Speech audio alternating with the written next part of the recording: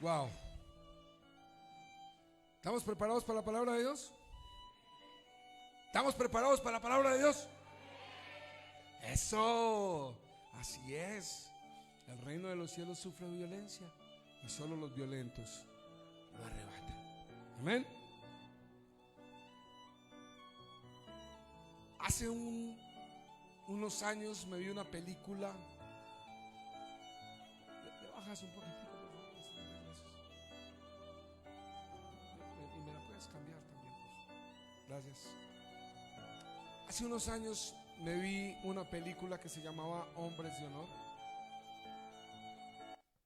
Y esta película tocó mucho mi corazón. Pero me olvidé de la película y pasó el tiempo. Esta semana estaba preguntándole al Señor: ¿qué quieres hablar a la congregación?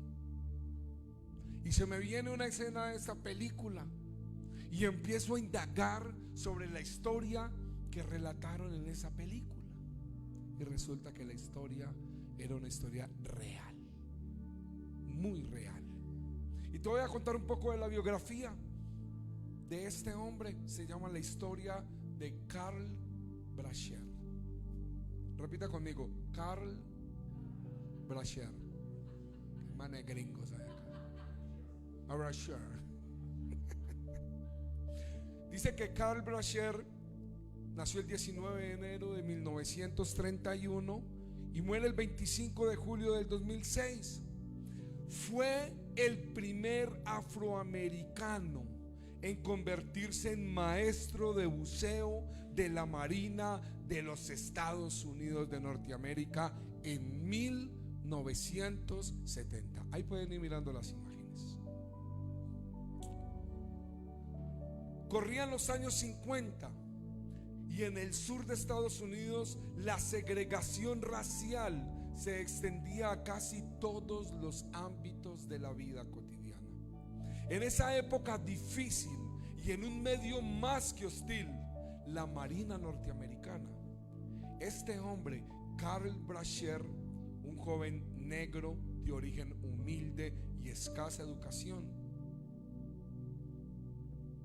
o en convertirse en maestro de buceo de la Marina de Estados Unidos, tiraría abajo una de las tantas barreras que en los años siguientes derribaría el movimiento de los derechos civiles. Estamos hablando de la lucha entre negros y blancos, ¿ok? Racismo. Después de luchar contra la discriminación de sus superiores y las burlas y agresiones de sus compañeros por ser un afrodescendiente, Brasher se convirtió en 1954 en el primer buzo de raza negra de todos los Estados Unidos de Norteamérica, aunque ya era un personaje histórico dentro de las Fuerzas Armadas.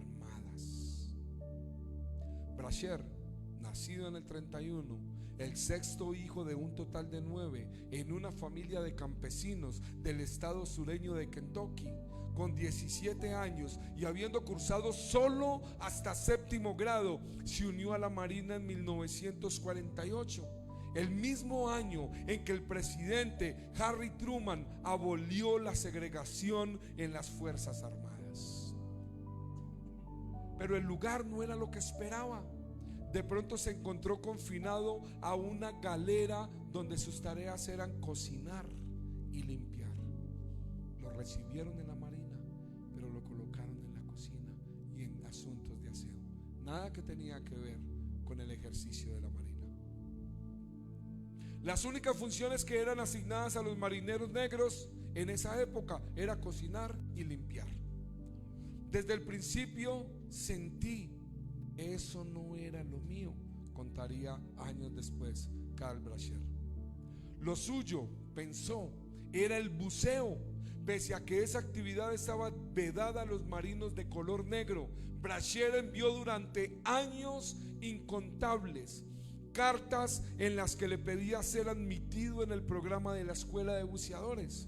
No fue una tarea fácil, años y años y años mandando la solicitud, y año tras año tras año se la negaban. Aunque la segregación estaba prohibida, la discriminación racial no había disminuido. Finalmente fue aceptado en el programa y Brasher pudo cumplir su sueño, pero en 1966 sufrió un accidente durante el rescate de una ojiva nuclear en el mar Mediterráneo y debieron amputarle la pierna desde la rodilla. Sus superiores le dijeron que su carrera había terminado ya en ese momento. Imagínate un buzo de rescate sin una pierna. Sus superiores le dijeron que su carrera había terminado, pero tampoco eso lo detuvo, y no paró hasta convertirse en el primer amputado de la historia de su país en alcanzar el rango de buzo experto, el más alto rango que tiene la Marina norteamericana. Y si sigo contándote algo de la historia de este hombre, te cuento también que superó muchos años de alcoholismo. También se recuperó del alcoholismo.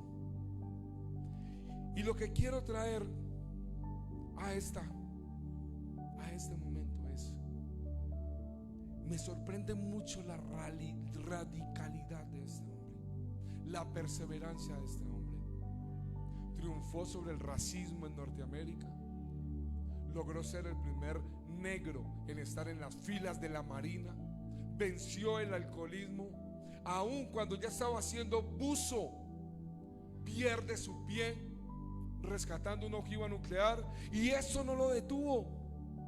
Entre más le quitaban, entre más lo sometían, entre más lo humillaban, entre más el hombre intentaba frustrarlo, más y más el hombre perseveraba, y más hasta lograr ser el primer buzo con el rango más alto dentro de la Marina y sin un pie. Sin un pie. Vamos a poner el video. Vamos a poner el video de él.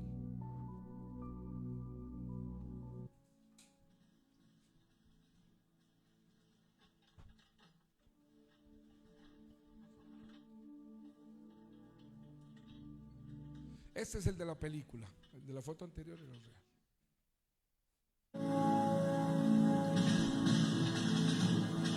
Cuando colocaron la prueba de que él no podía bucear, levantar un traje de buceo en la pierna para poder destruir su carrera.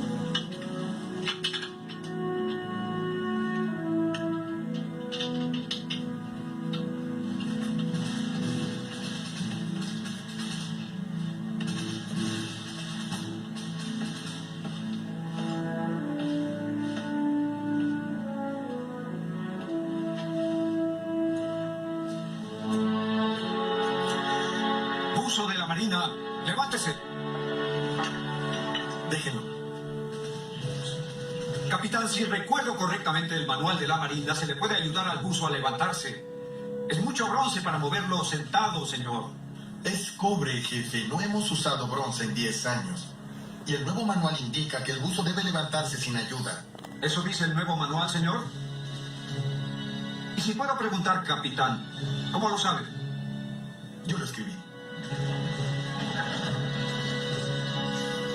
Sí, señor.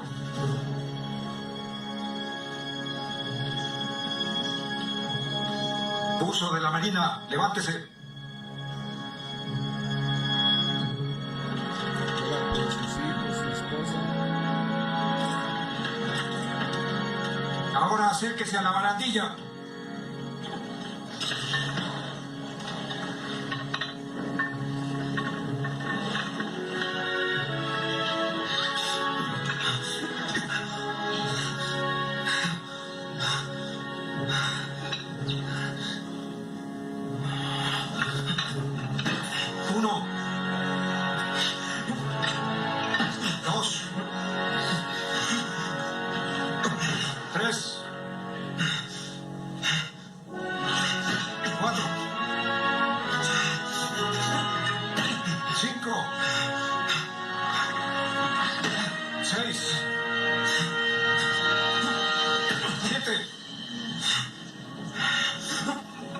mejor yo.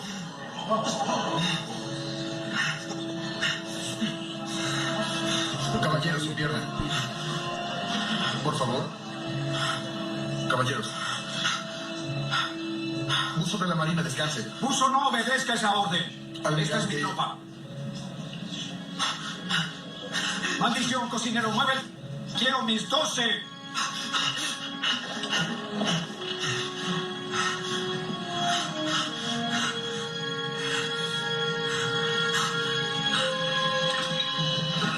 El buzo de la Marina no pelea, es un experto en rescate.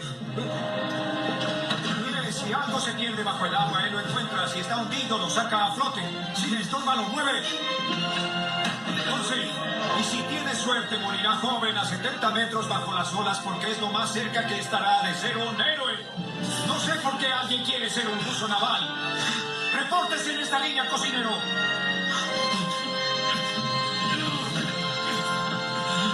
Descanse.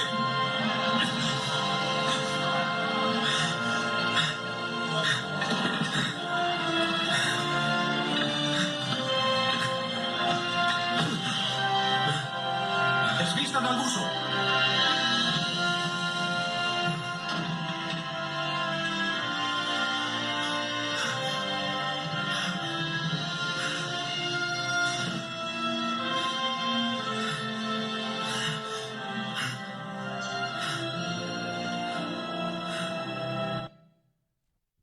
Wow.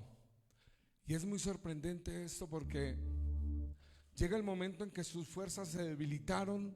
Todas las personas que estaban allí estaban en contra, salvo su comandante y su esposa y su hija, que sí creían en él. Y llega un momento donde este hombre desfallece y quiere soltar todo y sus pies no van a resistir. Y este hombre comienza a recordarle todo aquello que sufrió, no aquello que vivió en victoria. Cuando le decían cocinero, cuando lo metían allá donde él no debía estar, empezó a usar todas esas palabras que él recibió de todas las personas para hundirlo, para destruirlo y para derribarlo. Y con esas palabras lo levantó. Y a veces estamos en el piso por cosas que nos dicen, por cosas que nos hacen,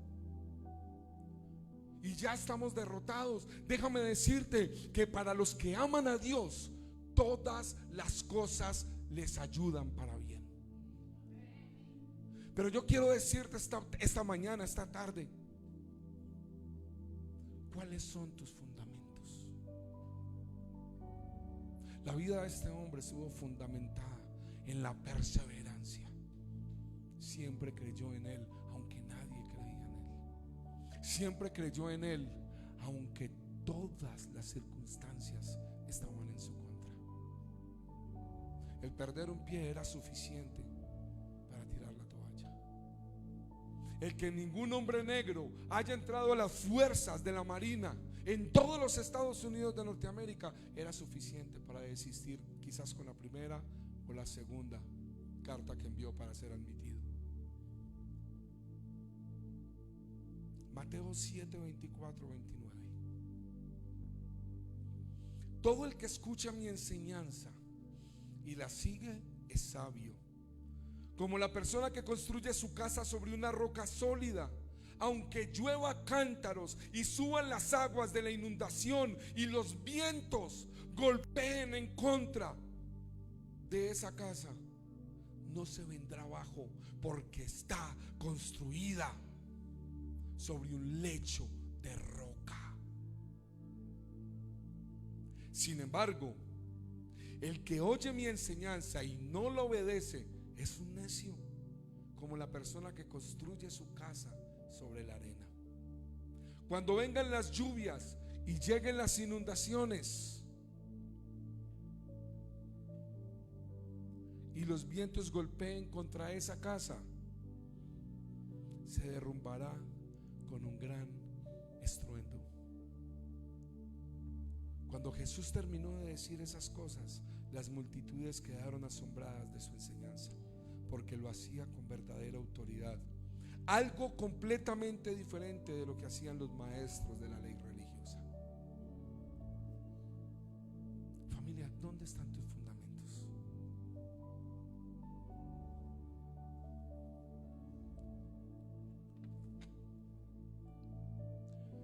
¿Estás fundamentando tu vida cristiana de creyente en un toque del pastor?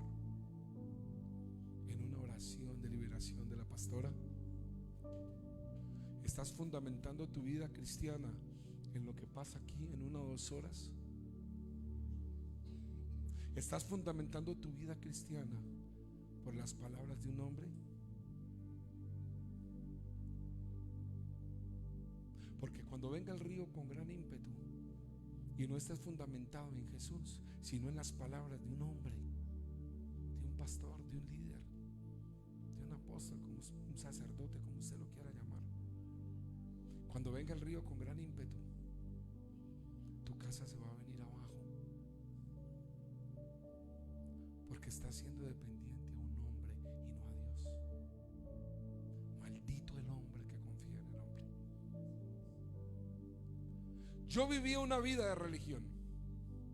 Tuve un tiempo donde conocí a Jesús y empecé a vivir una vida de religión. Empecé a colocar mi mirada en el pastor, en la pastora. Y cuando mi vida estaba caída, solamente una palabra que viniera de la boca de ellos me podía levantar.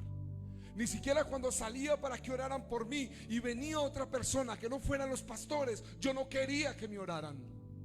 Yo quería que me oraran los pastores, porque mi mirada estaba puesta en el hombre. ¿Y sabes qué pasa en ese momento? ¿Sabes qué pasa en esa vida de religión que estaba viviendo? Que no difería en nada mi vida anterior.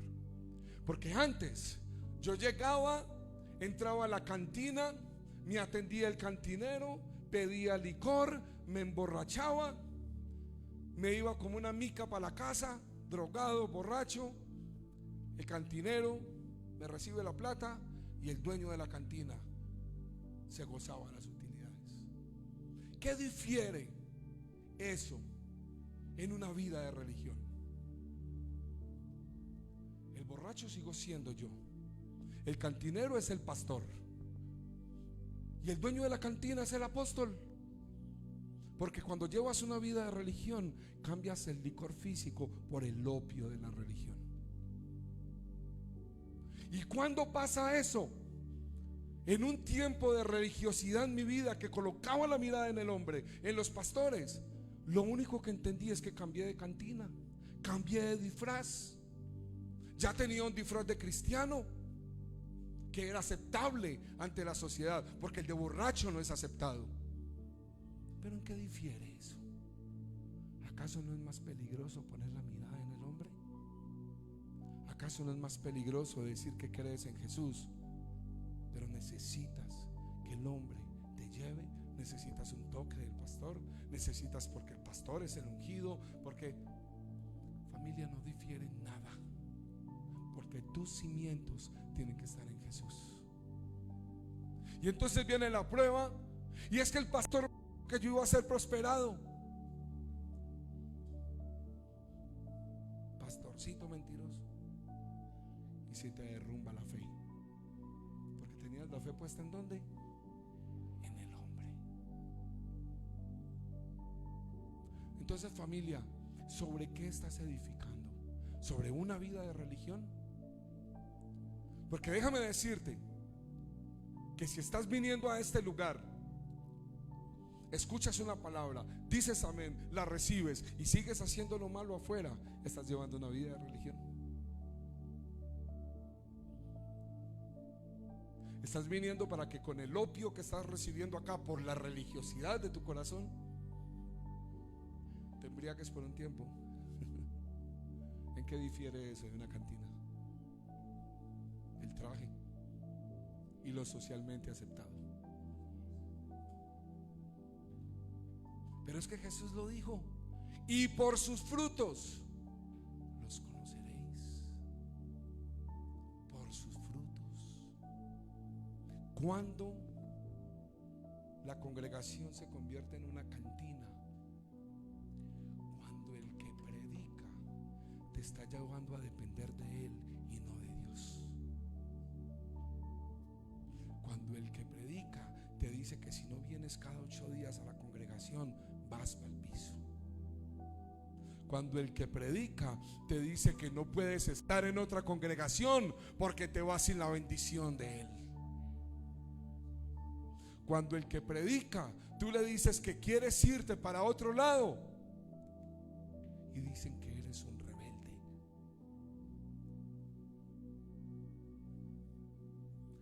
¿En qué difiere eso de una cantina cuando te vas sin pagar? ¿No es lo mismo?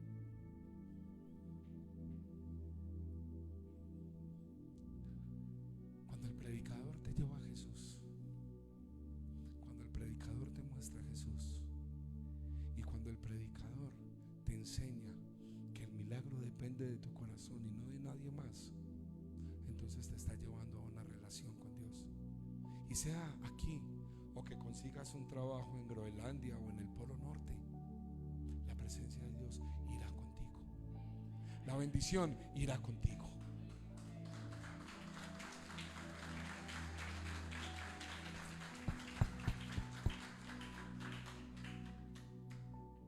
Tenemos que quitar la mirada. Tenemos que poner nuestros fundamentos en la roca. Tenemos que poner nuestros pensamientos, nuestros fundamentos en Jesús, el autor y consumador de la fe.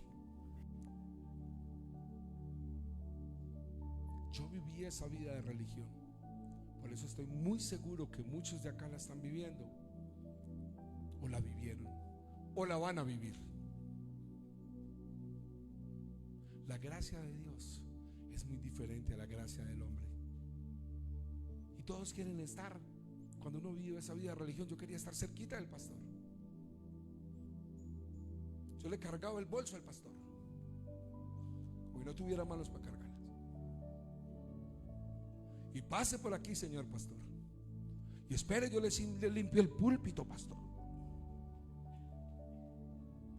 Eso es una vida de religión. Eso es una vida de religión. Porque el pastor peca igual que usted. Bueno, tal vez no igual que usted. Ya el pastor tiene que estar un poquitico más metidito, ¿cierto? Pregunta. ¿Qué pasaría si usted me llama, me dice: pastor, deme una cita de liberación, estoy mal, necesito, es urgente porque mi vida va a ser destruida? Y yo le digo: no le voy a dar esa cita de liberación. No me responda. ¿Volvería a la iglesia? No me responda, para que no caiga en descrédito. Y usted vuelve y me pide la cita por segunda vez y yo vuelvo y se la niego, y por tercera vez y vuelvo y se la niego. Ay, el pastor tan creído, me voy para otro lado. Mira, te voy a contar algo. Ayer lo hablábamos. El liderazgo que hay en este momento sirviendo acá, es muy rara la vez que los convocamos para orar por ellos e imponerles manos. Porque cuando uno está un poquitico más crecido, tiene que dejar de tomar leche para tomar alimentos sólidos, y tiene que empezar a entender que la bendición es usted, que el ungido es usted y que Dios está con usted.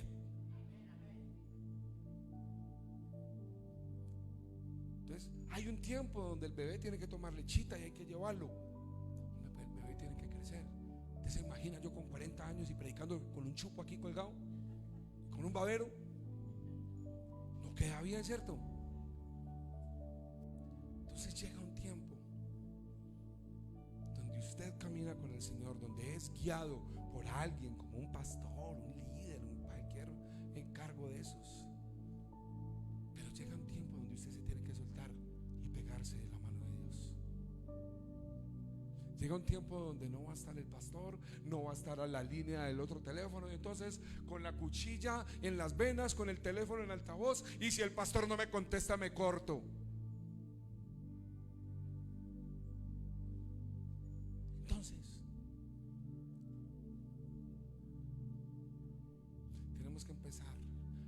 echar esos cimientos de arena y fortalecernos en la roca que es Cristo Jesús.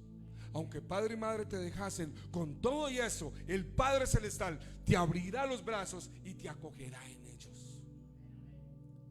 Tienes que poner la mirada en Jesús, en Jesús. Entonces hay pilares falsos y hay pilares verdaderos. Por eso les digo, dejen que el Espíritu Santo los guíe en la vida. Entonces no se dejarán llevar por los impulsos de la naturaleza pecaminosa. La naturaleza pecaminosa desea hacer el mal, que es precisamente lo contrario de lo que quiere el Espíritu. Y el Espíritu nos da deseos que se oponen a lo que desea la naturaleza pecaminosa. Estas dos fuerzas luchan constantemente entre sí. Entonces, ustedes no son libres para llevar a cabo sus buenas intenciones, pero cuando el Espíritu los guía, ya no están obligados a cumplir la ley de Moisés. Téngalo ahí. Cuando ustedes siguen los deseos de la naturaleza pecaminosa, los resultados son más que claros. Esos son los pilares que arroja la naturaleza pecaminosa. Esos son los pilares de arena: inmoralidad sexual, impureza, pasiones sensuales, idolatría, hechicería, hostilidad, peleas, celos, arrebatos de furia, ambición egoísta, discordias, divisiones, envidias, borracheras, fiestas desenfrenadas y otros pecados parecidos. Ahí es cuando uno fundamenta su casa en la arena. Cuando dice que contra estas cosas sí hay ley, ¿qué pasa cuando usted adultera y su mujer lo ve? Se le viene una consecuencia, ¿cierto? Porque para tales cosas hay ley. ¿Qué pasa cuando usted visita a un brujo? El diablo le hace un milagro, porque él también tiene el poder para imitarlo, pero le dura un corto tiempo y después reclama con su salud o con su vida o con sus finanzas. ¿Qué le viene? Una consecuencia. Hay ley para eso. ¿Qué pasa en un arrebato de ira? Matas a una persona, te coge la policía, ¿y dónde está la consecuencia? En muchos años en prisión. Estás en borracheras, en drogas, te viene un paro cardíaco y ahí te vas a luchar por tu vida al hospital. Consecuencias, estás bajo la ley.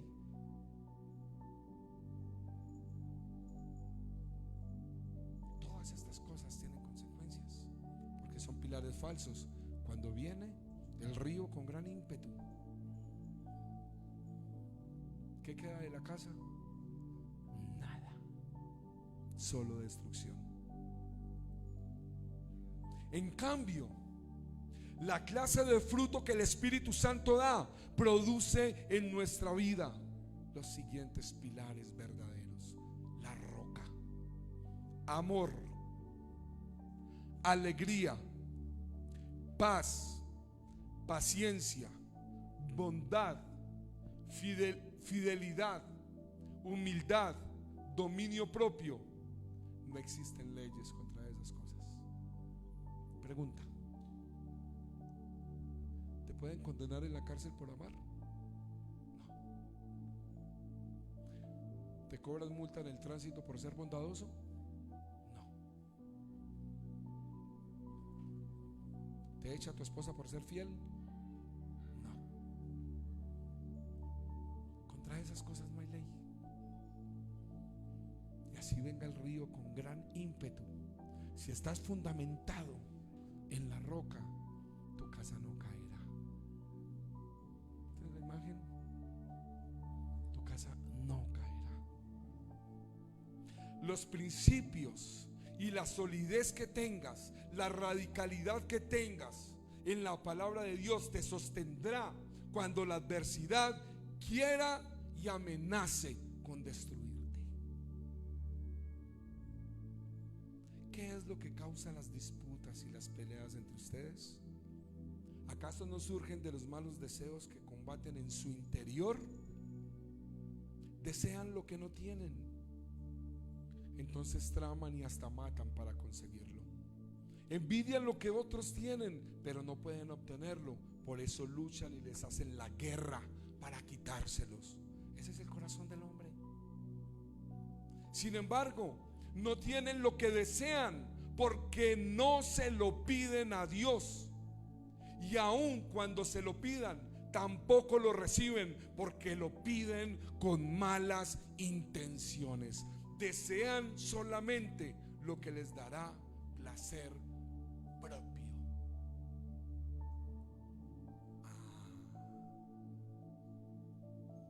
Pastor, pero ¿qué estoy pidiendo de malo? Solamente un carro. Yo solo que le estoy pidiendo a Dios un carro. ¿Para qué quieres ese carro? No, pues nada, cuando vea a Patricia se lo tiro.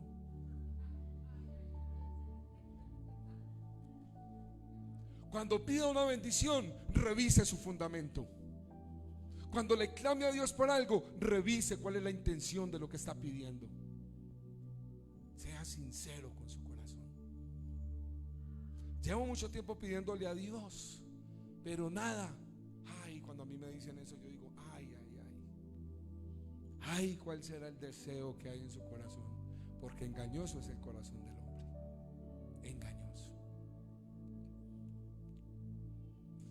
Esto es muy fuerte lo que está hablando. Mira lo que dice: adúlteros, ¿no se dan cuenta de que la amistad con el mundo los convierte en enemigos de Dios? Lo repito, si alguien quiere ser amigo del mundo, se hace enemigo de Dios. ¿Acaso piensan que las escrituras no significan nada? Ellas dicen que Dios desea fervientemente que el Espíritu que puso dentro de nosotros le sea fiel, y Él da gracia con generosidad, como dicen las escrituras. Dios se opone a los orgullosos, pero da gracia a los humildes. Así que humíllense delante de Dios, resistan al diablo y Él huirá de ustedes. Acérquense a Dios y Dios se acercará a ustedes. Purifiquen su corazón, porque su lealtad está dividida entre Dios y el mundo.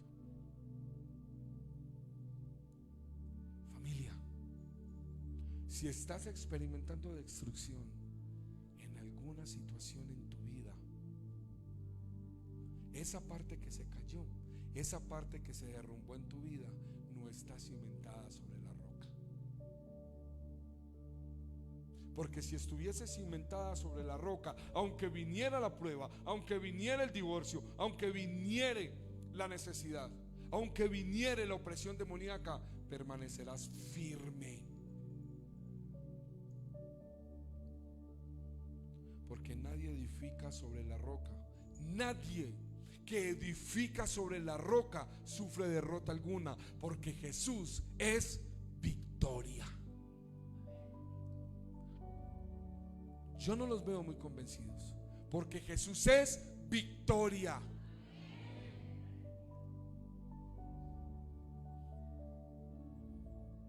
Entonces, cuando estás sobre la arena, te dieron un diagnóstico de muerte y te mató más rápido el pensamiento de lo que te dijeron que la misma enfermedad.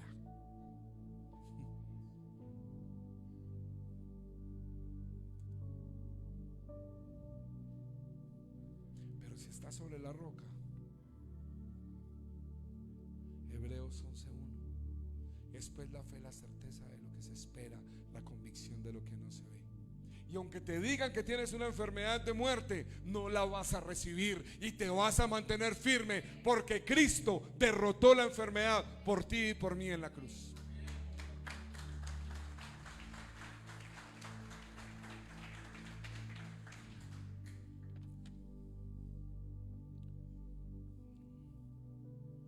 Eso es así, pastora, ¿no? Uno en ese caminar con Cristo tiene que ver como los gatos, que lo tiren a uno para arriba y caiga parado siempre, ¿o no? Berraco, ese gato de berraco, tírelo como quiera y cae parado. Así tiene que ser uno con el diablo, parado. Tíreme para donde quiera. Así es. Sabes que a veces estamos diciendo: no, tranquilo, yo sé que cometiste ese pecado, esa situación. No, pero Dios conoce tu corazón. No, Dios conoce tu corazón. Tranquilo, tranquila. Papá solo quiere tu corazón. ¿Sabes que eso es un engaño que cometemos mucho los cristianos? Decir que Dios mira es tu corazón. ¿Saben por qué? Porque Dios no solamente quiere tu corazón, quiere tus pensamientos, quiere tus palabras, quiere tus oídos, quiere tus manos, quiere tus pies, quiere la obra que sale de ti. Entonces, cuando te dicen, no, tranquilo, tranquila, es que Dios mira su corazón. No, que yo puedo tener un corazón muy bien intencionado, pero me pasa entonces la del apóstol Pablo, porque no hago el bien que pienso, sino el mal que no pienso. Tú usted puede tener un corazón muy bien intencionado, pero si sus manos salen y matan allí, hermanos, se lo van a condenar es por la obra de sus manos, no por las intenciones que tenía en su corazón de no matar, sino por lo que hicieron sus manos, que era matar. Entonces Dios está pidiendo todo de nosotros. No está pidiendo solamente nuestro corazón ni nuestros pensamientos. Dios lo quiere todo.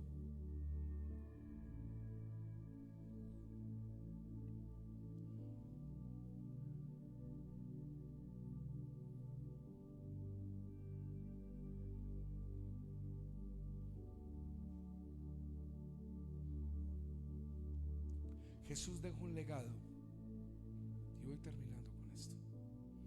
Jesús dejó el más grande legado. Siendo un hombre, dejó el más maravilloso legado. ¿Y saben por qué? Porque su legado estaba fundamentado en el Padre Celestial. Por eso cuando Jesús murió en lo físico en esta tierra, sus enseñanzas tomaron más fuerza. Y hoy, más de 2000 años después, sigue más vigente que nunca.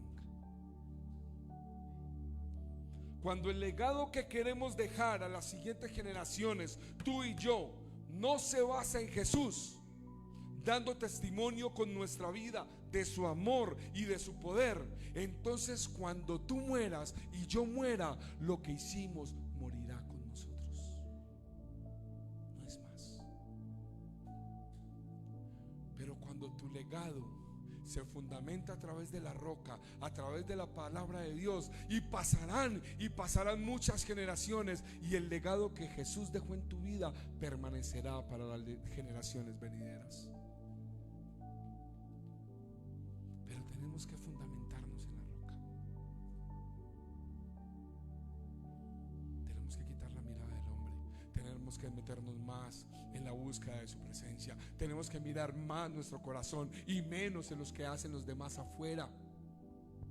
Tenemos que aprender a aceptar los errores y la oscuridad que habita en nuestro corazón. Cuando tú ves más la oscuridad de afuera, es porque tu corazón está demasiado oscuro y no puedes ver para adentro.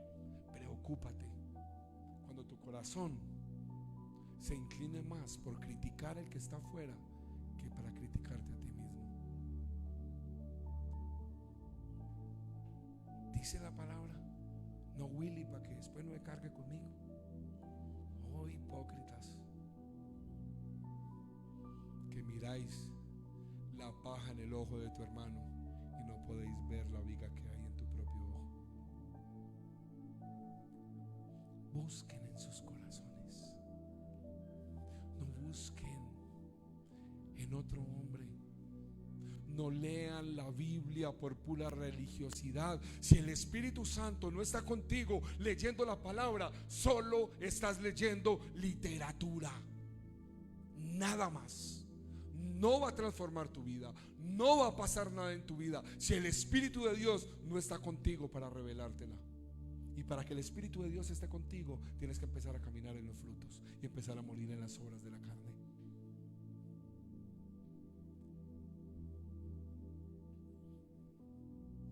Amén. Estoy bravo. Familia, es bueno que uno los zarandee, ¿no? A mí me viven zarandeando y no es que me esté desquitando con ustedes, pero es la que hay. Es lo que papito pone en mi corazón. Pongamos la mirada en Jesús, quitemos la mirada del hombre y comencemos a trabajar en los verdaderos fundamentos que nos dejó Cristo Jesús. Caminemos a la cruz, Abracemos la cruz, agradezcamos. No mires a ese Cristo que murió crucificado. No se te olvide que 3 días después Él resucitó y vive. Amén, familia. ¿Quieres darle un aplauso al Espíritu Santo? Cierra tus ojos allí donde estás.